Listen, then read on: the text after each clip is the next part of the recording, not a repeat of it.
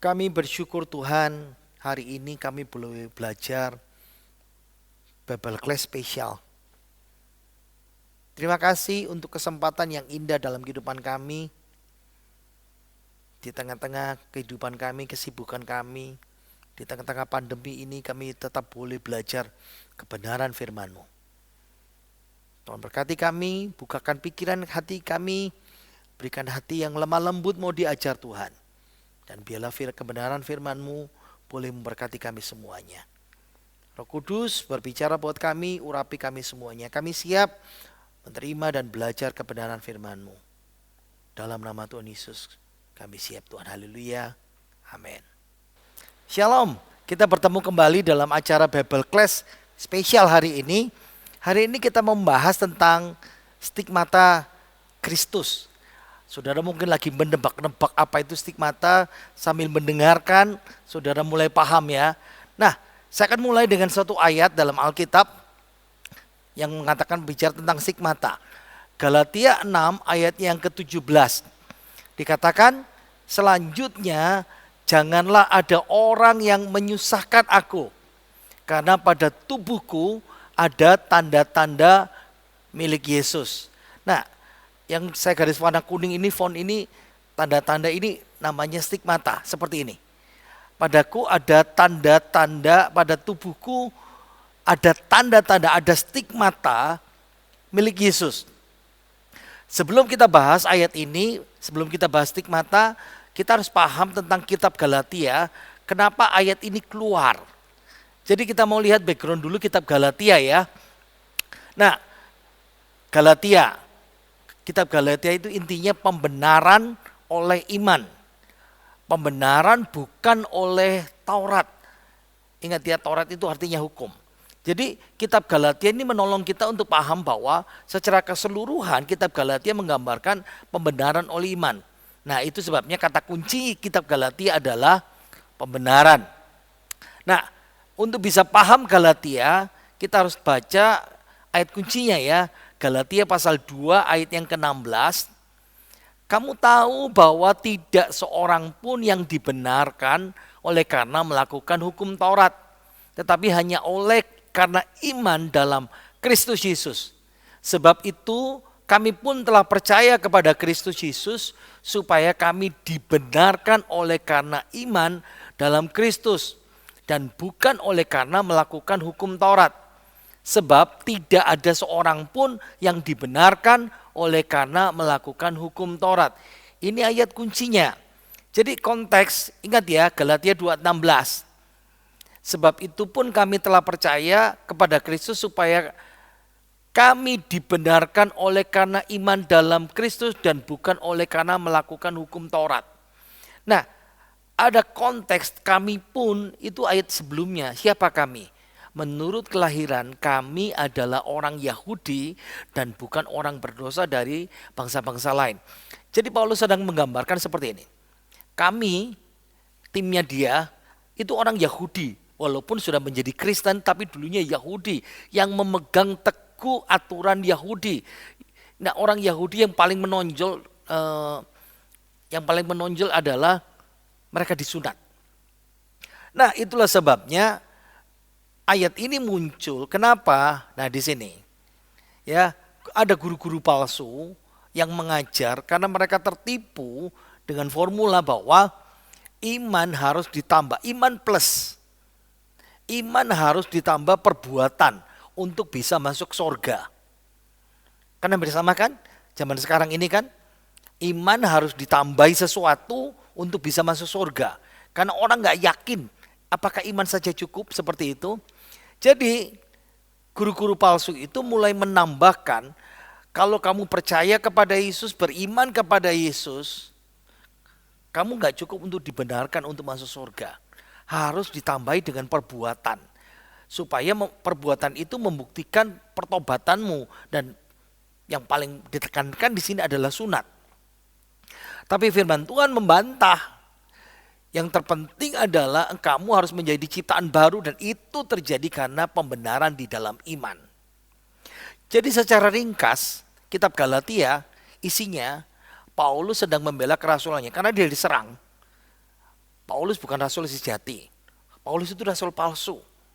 Nah, yang kedua, Paulus membela tentang pembenaran karena iman, oleh karena iman supaya apa? Jemaat Galatia tidak lagi mencari-cari keselamatan. Iman masih kurang, masih ditambah dengan ketaatan, kepatuhan seperti itu. Nah, ini penerapan buat kita sekarang ya.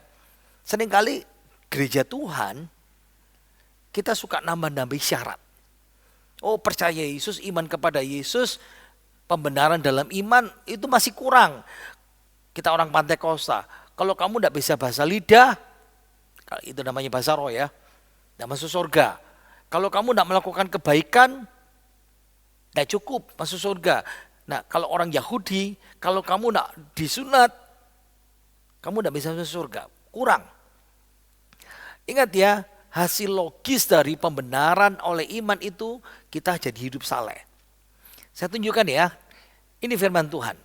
Nah, Galatia mengatakan ya, Galatia pasal 3 ayat kedua, hal ini, hanya ini yang hendak ku ketahui daripadamu.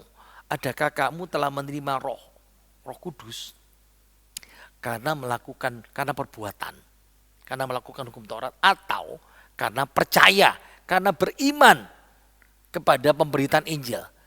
Kenapa?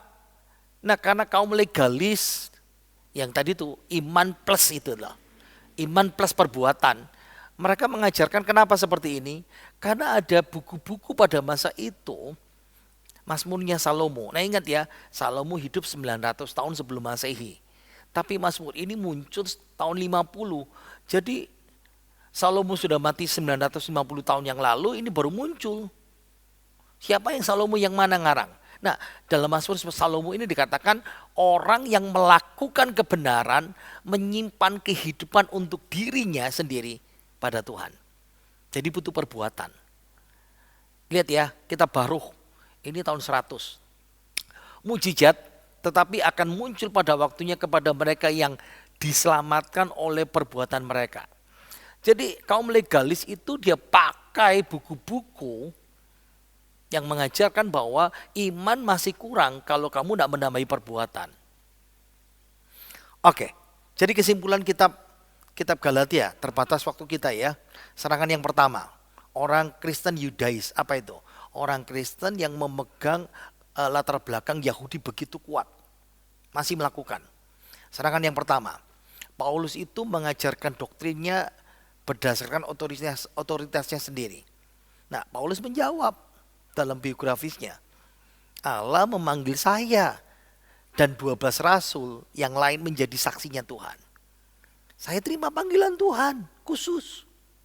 Serangan kedua, ajarannya Paulus. Nah, ingat ya, sama seperti sekarang yang didengung-dengungkan orang yang menyerang kekristenan dan berkata, oh, kekristenan itu ajarannya Paulus.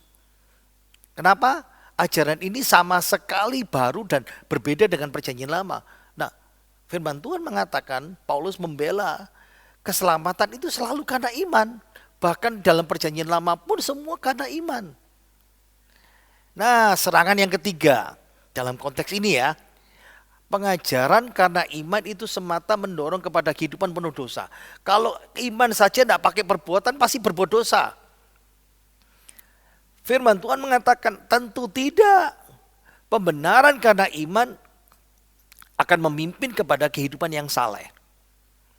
Kalau bukan karena pembenaran karena iman, maka bukan berakibat pada hidup saleh. Nah, ini yang harus diperhatikan orang Kristen. Ingat ya, ini yang juga sering kali menjadi masalah dalam kehidupan orang Kristen.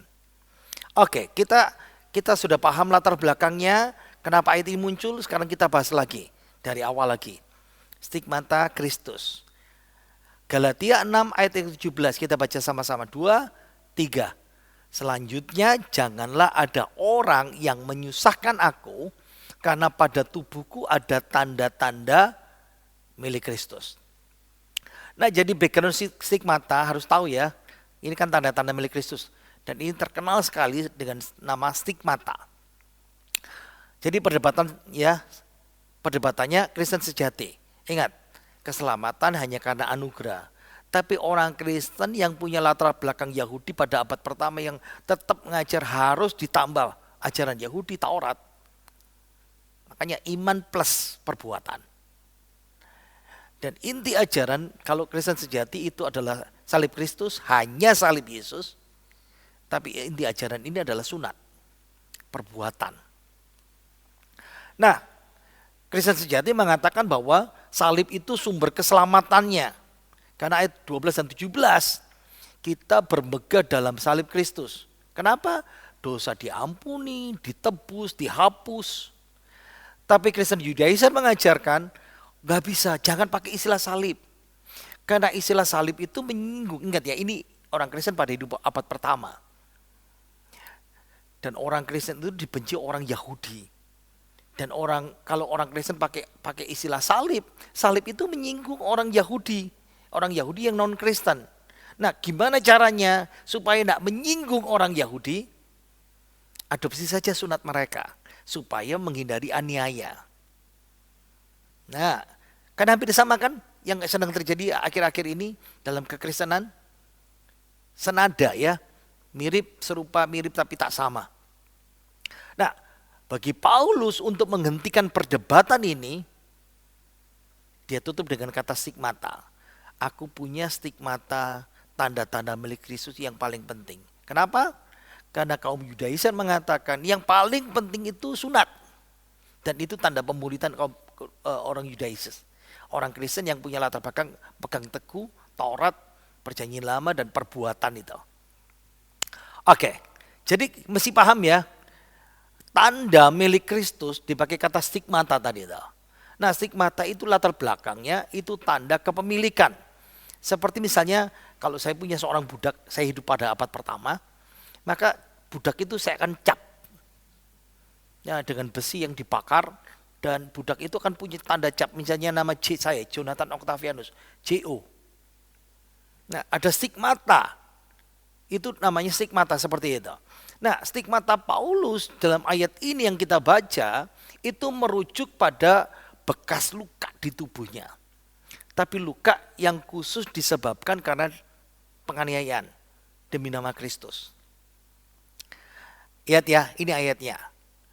Dia pernah lihat, sampai saat ini kami lapar, haus, telanjang, dipukul. Nah, itu ada bekas pukulan di situ, stigmata. 2 Korintus 4 ayat 10 sampai 11, kami senantiasa membawa kematian Yesus di dalam tubuh kami. 2 Korintus pasal 6 ayat 5 dan 9, dalam menanggung dera. Nah, dera itu seperti hukuman pukulan ya, entahkah dengan tongkat, entahkah dengan cambuk. Nah, itu untuk orang supaya mengaku. Lihat ayat 9 yang warna kuning, dihajar karena Kristus. 2 Korintus 11 ayat 23, 24, 25, didera di luar batas. Orang Yahudi punya batasan ya. Kalau dipukul, didera supaya mengaku, ada batasnya, maksimal. Tapi Paulus berkali-kali mengalami di luar batas. Ayat 24, 5 kali disesah. Setiap kali 40 kurang 1. 3 kali didera, 1 kali aku dilempari batu. Nah, ini namanya stigmata yang dibawa oleh Paulus. Jadi stigmata Paulus ini mendemonstrasikan bahwa dia adalah budak Kristus. Dan dia tidak ingin menyenangkan orang lain, orang Yahudi yang memusuhi orang Kristen pada waktu itu.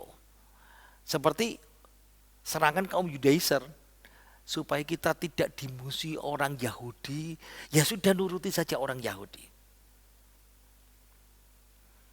Jadi stigmata atau tanda pada tubuh Paulus itu tanda-tanda bekas penganiayaan, bekas cacat itu yang nempel, yang dia bawa. Dan itu penting karena itu adalah bukti dia adalah milik Kristus. Sunat tidak penting. Itu intinya di sana.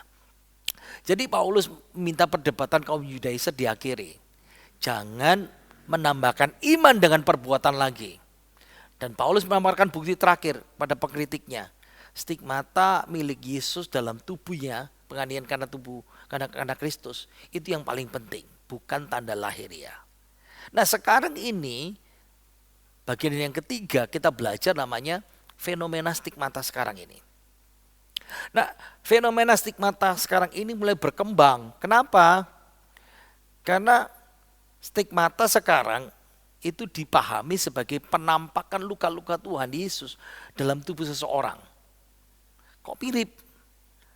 Tapi, nah di sini dalam beberapa orang, nanti kita lihat ya, beberapa orang dalam sejarah gereja, mereka mengklaim saya dapat stigmata secara ajaib. Maksudnya gimana? Kalau Paulus dan nanti beberapa yang lain saya tunjukkan sama saudara contoh-contohnya. Kalau Paulus dapat stigmata karena dia dipukul, didera, dihajar.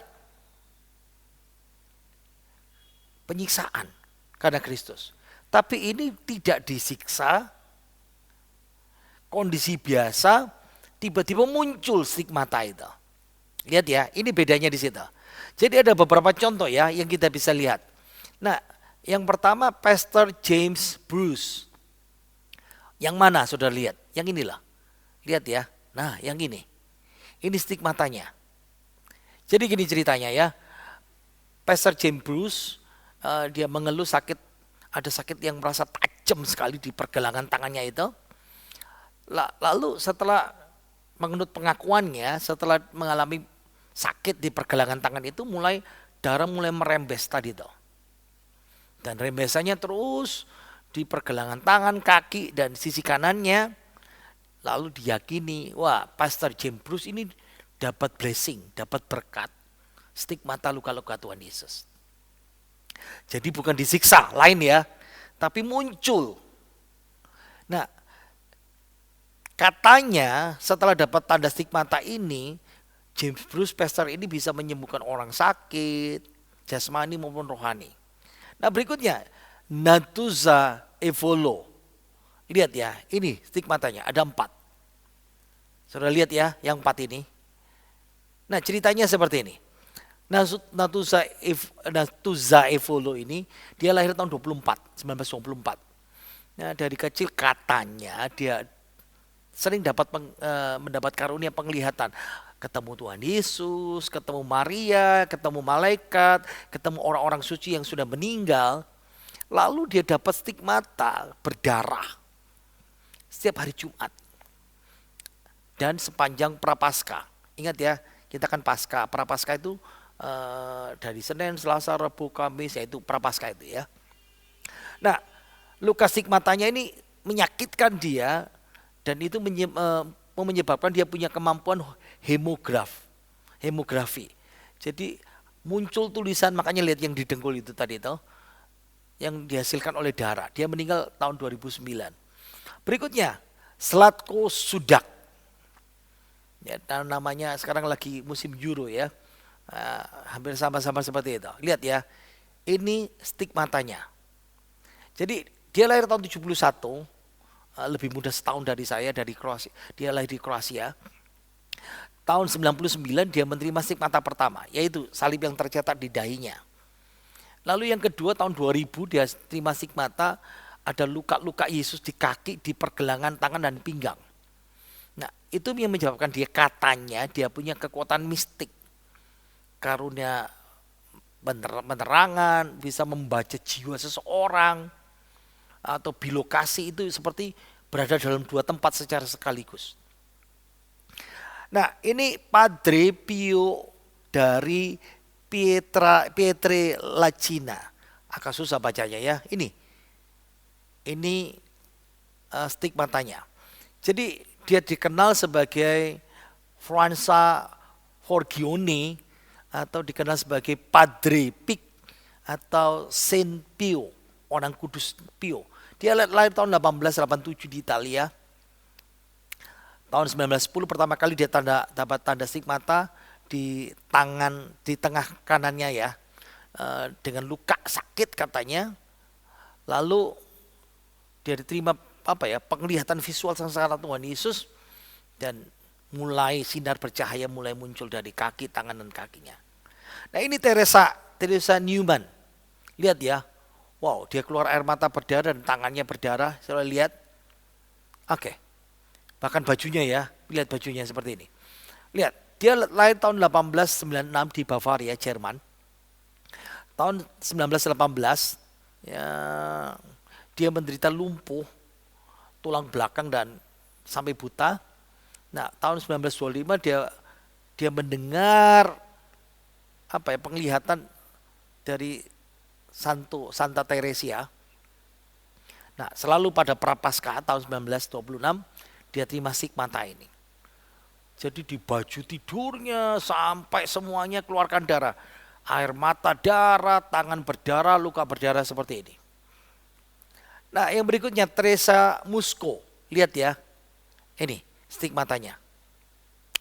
Nah, dia lahir di Itali tahun 43, umur 5 dapat penglihatan pertama, dikunjungi Maria katanya. Tahun 50 dikunjungi Padre Pio yang tadi itu. Dan Padre Pio berkata kamu akan dapat tanda dari Tuhan, dinubuatin. Dan ternyata Teresa dapat stigmata ini ya. Jadi pada Kamis Putih tahun 69 Teresa dapat stigmata ini, di tangannya, kakinya berdarah yang mendalam sekali. Umur 33 dia meninggal. Jadi kesimpulannya adalah stigmata itu apa sih? Sebetulnya stigmata itu 5 poin klasik ya. Stigmata Tuhan Yesus. Kita bicara Tuhan Yesus sekarang. Di lambung. Ingat ya, Yesus ditusuk di lambung untuk konfirmasi bahwa dia telah mati. Ditusuk dengan tombak. Lalu di kedua tangan dan 2 jari. 2 kaki, sorry. Itu luka karena paku penyalipan. Jadi 5. 2 tangan, 2 kaki, 1 lambung. Itu stigmata Tuhan Yesus. Nah, stigmata makanya saya katakan ya, 5 luka atau luka suci Tuhan kita Yesus Kristus.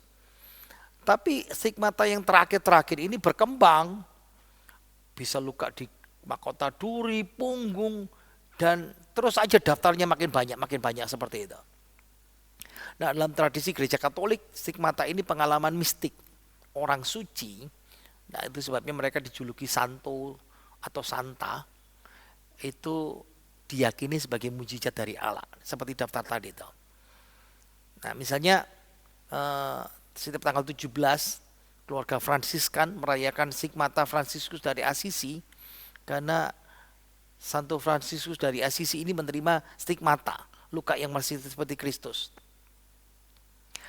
Oke, jadi fenomena stigmata, ingat ya, Yesus 5 luka.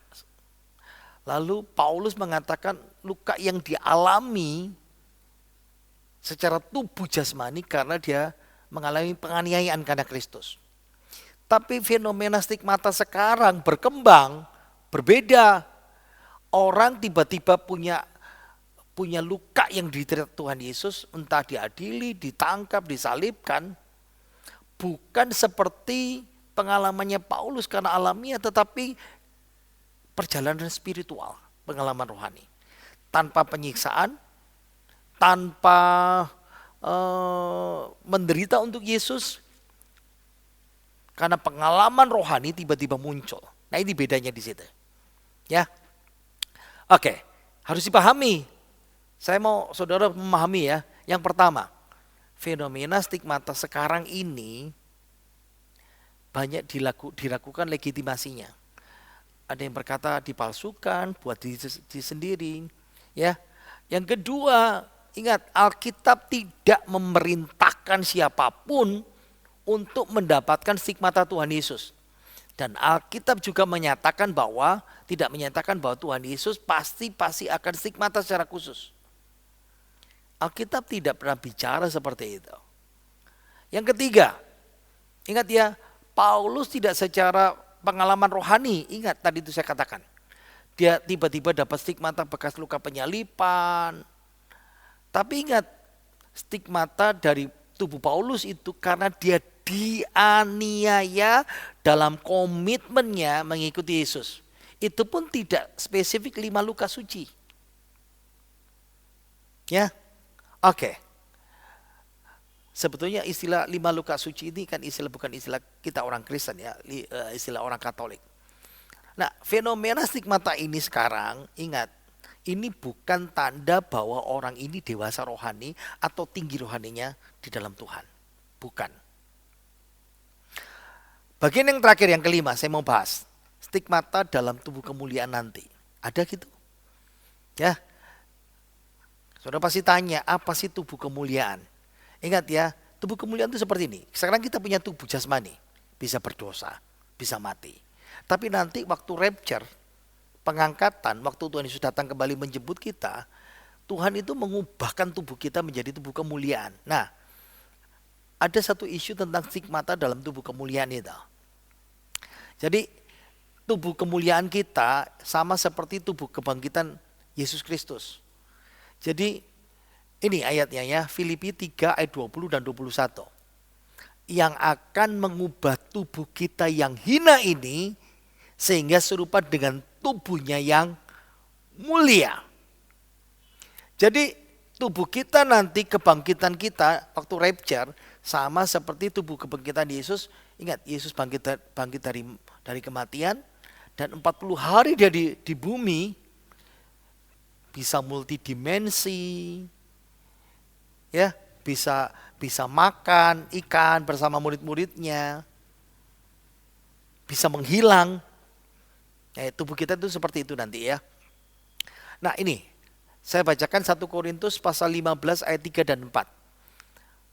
Aku mau mengingatkan kamu kepada Injil yang aku beritakan kepadamu dan yang kamu terima. 1. Kristus telah mati karena dosa-dosa kita. 2. Ia telah dikuburkan. 3. Ia telah dibangkitkan pada hari ketiga. Jadi inti Injil yang utuh, Yesus mati, dikuburkan dan bangkit. Dan 1 Korintus 15 menolong kita, kebangkitan Kristus itu akan memberikan kita tubuh surgawi, tubuh kebangkitan yang baru. Digambarkan seperti 3, hidup tanaman, hidup binatang, dan tubuh surgawi dan duniawi. Yang pertama, tubuh kebangkitan kita digambarkan kan, tanaman harus mati dulu baru bisa bertumbuh, berbuah, hidup. Ini gambarnya. Kenapa kita masih mati? Karena sesudah kematian ada tubuh baru. Yang kedua, daging binatang dengan daging manusia beda. Itu sebabnya digambarkan, sekarang ini kita punya tubuh duniawi, tapi tubuh duniawi ini tidak mendapat bagian dalam kerajaan surga. Jadi tubuh kebangkitan kita ini tubuh yang bukan tubuh sekarang. Daging dan darah tidak mendapat bagian dalam kerajaan surga. Yang ditaburkan tubuh yang hina. Jadi debu tanah kembali ke debu tanah. Tuhan menciptakan tubuh baru. Hanya butuh gambar saja. Makanya tubuh duniawi tidak mendapat bagian dalam tubuh surgawi itu. Kenapa? Karena 1 Korintus 15 ayat 42 sampai 44. Tubuh sekarang bisa mati, tapi tubuh baru nanti tidak bisa mati. Tubuh sekarang bisa berdosa, tapi tubuh nanti tidak bisa berdosa. Tubuh sekarang lemah, tapi nanti berkuasa. Tubuh sekarang alamiah, tubuh nanti rohania. Dan ini menolong kita ya, ayat 43.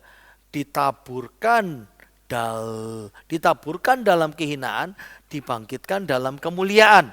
Ditaburkan dalam kelemahan, dibangkitkan dalam kekuatan. Jadi tubuh surgawi kita nggak sama seperti tubuh duniawi. Lihat, ada beberapa orang, lihat ya, orang yang cacat tak punya tangan. Ini terkenal, Nick Vujicic.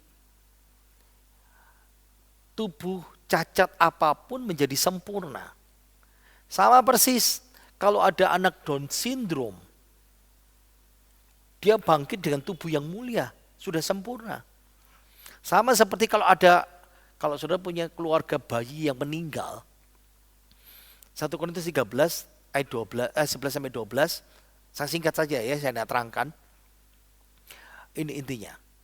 Sekarang ini tidak sempurna. Sekarang ini kita melihat yang samar-samar, tapi nanti kita melihat yang sempurna, muka dengan muka. Ini menolong kita untuk mengerti bahwa kalau sekarang mati bayi, ingat ya, ada beberapa dari antara saudara yang kehilangan baby waktu waktu kecil. Entah di kandungan, entah lahir meninggal, entah umur 1 tahun meninggal, entah umur 2 tahun meninggal. Jadi ketika rapture nanti pengangkatan, bayimu bukan bayi lagi tapi sudah sempurna. Saya teruskan ya. Nah, stigmata dalam tubuh kemuliaan yang kita bisa lihat, ada yang spesial. Nah, kenapa stigmata dalam tubuh kemuliaan saya bahas? Ada yang spesial. Ingat, karena tubuh kita sama seperti tubuh Yesus. Dan ingat, pada waktu Yesus bangkit, Yesus menunjukkan bekas lukanya pada Thomas. Stigmata itu, tanda itu. Lihat ya, Yohanes 20 ayat 27. Kemudian Yesus berkata kepada Thomas, taruhlah jarimu di sini dan lihatlah tanganku. Ulurkan tanganmu dan cucukkan ke dalam lambungku. Dan jangan engkau tidak percaya lagi, melainkan percayalah. Berarti kita bisa melihat ya, lihat ya. Tubuh kemuliaan Yesus ada stigmatanya. Bekas luka penderitaannya. Untuk menyelamatkan kita. Jadi ada catatan lagi dalam kitab Wahyu. Gambaran stigmata pada Yesus di taktanya di sorga yang menjelaskan pengorbanan Yesus di salib menyelamatkan kita. Digambarkan seperti domba Paskah. Lihat catatan kitab Wahyu ya. Wahyu pasal 6, 5 ayat 6. Anak domba, dan aku melihat anak domba seperti telah disembelih. Ini disembelih. Yesus digambarkan seperti stigmata. Makanya ada stigmata yang seperti ini. Ini ingat ya. Nah, beberapa teolog berkesimpulan ada kemungkinan, sekali lagi, ada kemungkinan orang yang menderita karena Kristus, misalnya dipenggal, dicambuk, dibunuh, disalib, mati martir. Tanda stigmata itu dibawa dalam tubuh kebangkitan. Seperti Tuhan Yesus. Lihat contoh-contohnya ya. Nah, misalnya Stefanus dirajam. Nah, ingat pada waktu Stefanus dirajam 2000 orang Kristen jadi martir termasuk Nikanor. Itu stigmata Stefanus. Stigmata Rasul Yakobus, dia dipenggal. Berarti dia ada stigmata bekas lehernya ini. Lihat ya. Ini kepalanya. Ada stigmata nanti waktu dalam tubuh kebangkitan itu. Ini stigmata Rasul Filipus, dia dihukum cambuk, dia didera. Memang saya cari gambar seorang budak pada abad 18-19. Dan Rasul Filipus masih belum. Setelah itu dia dilemparkan ke penjara dan disalibkan. Ini stigmata kebangkitannya. Stigmata sama di rehalnya Rasul Matius ya. Rasul Matius diletakkan di tanah, dipancung kepalanya di kota Nadabah di Ethiopia tahun 40-an. Jadi Rasul Matius punya stigmata itu. Stigmata dari Yakobus muda lain ini ya, ini adiknya Tuhan Yesus. Versi Flavius Josephus sejarawan Yahudi, Imam Besar Ananus memerintahkan Yakobus dirajam. Tapi versinya Eusebius, dia dipukul dengan pentung besi, lalu dijatuhkan. Dijatuhkan dulu dari menara Bait Allah lalu dipentung. Ini stigmatanya. Ini stigmatanya Matias, penggantinya Yudas. Dia dirajam dengan batu di Yerusalem lalu dipancung. Ini stigmatanya ya dari Matias itu. Ini stigmatanya Rasul Andreas. Dia martir di Edesa, disalib dengan salib bentuk X. Makanya terkenal salib bentuk X itu salibnya Santo Andreas. Berarti ada bekas paku di tangan dan di kakinya itu. Ini stigmatanya Markus. Menurut tradisi, Markus diseret tubuhnya sampai terkoyak-koyak oleh orang Alexandria Mesir ketika dia menginjil dan menentang perayaan berhala Serafis. Saya ada satu klip ya, bayangkan stigmata dari Markus, saya ambil dari Fear Factor ya, permainan ini, diseret kuda. Tapi bayangkan, Markus diseret tanpa helm, tanpa pelindung, diseret sampai mati, dikoyak-koyak, dan bukan mainan. Ayo kita lihat klipnya. Call this stunt the horse drag.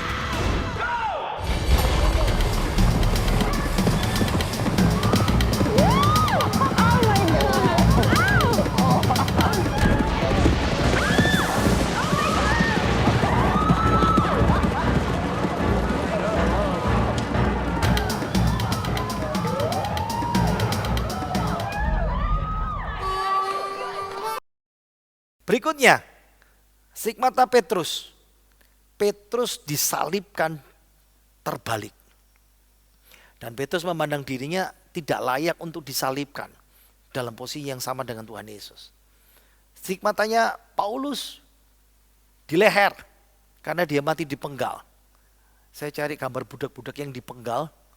Ngeri sekali. Stigmatanya Yudas, adiknya Tuhan Yesus. Dia penulis surat Yudas, dia disalib di Edesa, kota kuno Mesopotamia tahun 72.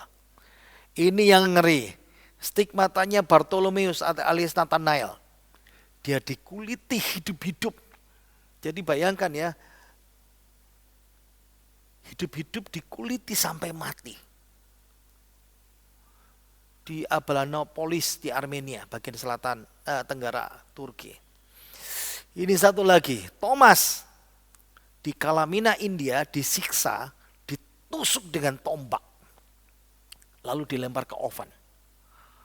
Saudara bisa membayangkan, ini stigmatanya Lukas, digantung di pohon zaitun di Athena tahun 93. Penulis Injil Lukas ya.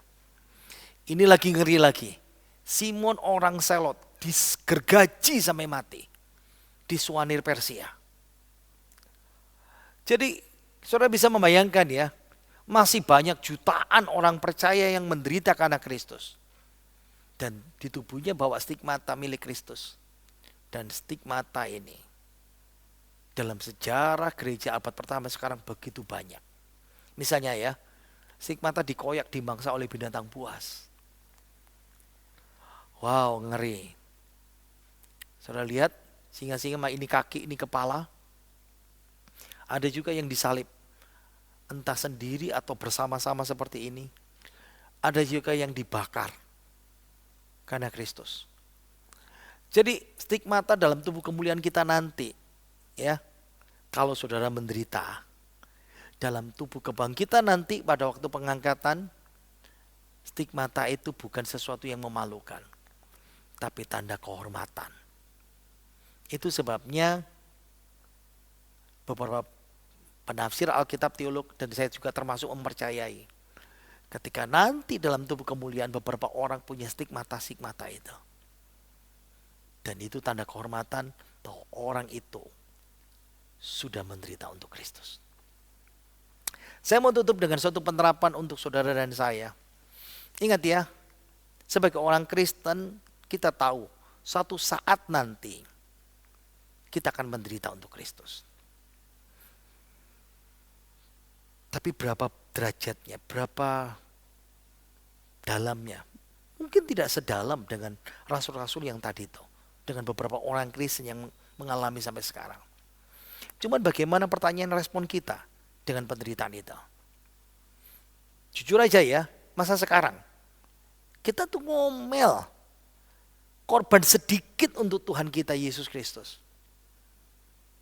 Di gereja korban uang ngomel, korban waktu kita ngomel, waktu latihan, waktu pelayanan, korban hati. Diomongin sedikit, dimarahin sedikit, sakit hati, marah, tersinggung, melayani, tidak mau berkorban, alasan ini itu. Hampir jarang dan mungkin mustahil bagi kita berkorban nyawa seperti rasul-rasul tadi itu. Kadang-kadang kita melayani Tuhan memilih seenak hati kita. Mau kita, cara kita. Kalau nggak mau ya sudah, saya nggak mau. Bukan maunya Tuhan. Renungkan berapa banyak kita berkorban waktu, kasih, pelayanan, uang, dan banyak hal untuk Tuhan. Mari kita berdoa. Bapa kami dalam sorga, kami bersyukur kepadamu untuk kebaikanmu pada hari ini. Terima kasih Engkau sudah menolong kami untuk mengerti dan memahami stigmata Kristus. Paulus dan semua banyak rasul-rasul mengalaminya. Banyak orang Kristen, jutaan orang Kristen mengalami juga, bahkan sampai mati Tuhan. Ampuni kami Seringkali kami merasa bahwa kami berkorban banyak untuk Tuhan. Tapi kami tidak ada apa-apanya dengan mereka Tuhan. Biarlah kami mulai hari ini belajar komitmen kembali. Ibadah untuk Tuhan, waktu untuk Tuhan, pelayanan untuk Tuhan, kesungguhan untuk Tuhan. Kami berikan kepadamu Tuhan. Mari kita buka tangan kita terima berkat dari Tuhan kita Yesus Kristus. Kiranya rahmat sejahtera dan dari Allah Bapa kita dan kasih sayang pada Tuhan Yesus Kristus dan persekutuan Roh Kudus menyertai saudara dan saya mulai hari ini sampai selama-lamanya. Terimalah berkat melimpah rohani jasmani, memberkati kesehatan kita, kekuatan kita, kebutuhan kita, hidup kita mulai hari ini dan sampai selama-lamanya. Dalam nama Tuhan Yesus, kita semua yang percaya berkata, amin. Tuhan Yesus memberkati kita semuanya. Jangan lupa berikan persembahan.